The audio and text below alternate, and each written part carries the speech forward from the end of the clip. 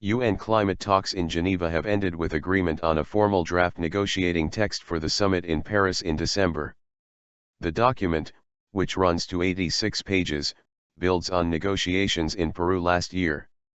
The Swiss meeting set out to create a draft for consideration at the Paris talks.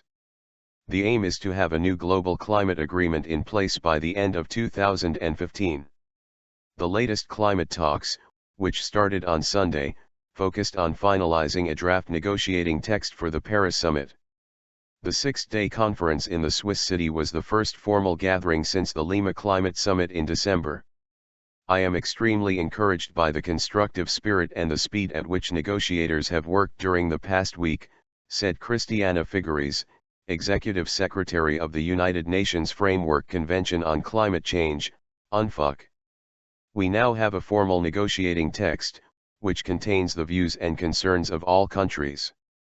The Lima draft has now been transformed into the negotiating text and enjoys the full ownership of all countries, she added. 3 special sessions have been added to this year's schedule of climate meetings.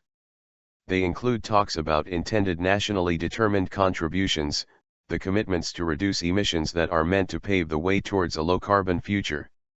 National plans.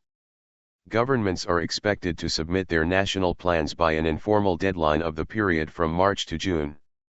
China, the United States and the European Union have already given an indication of their plans.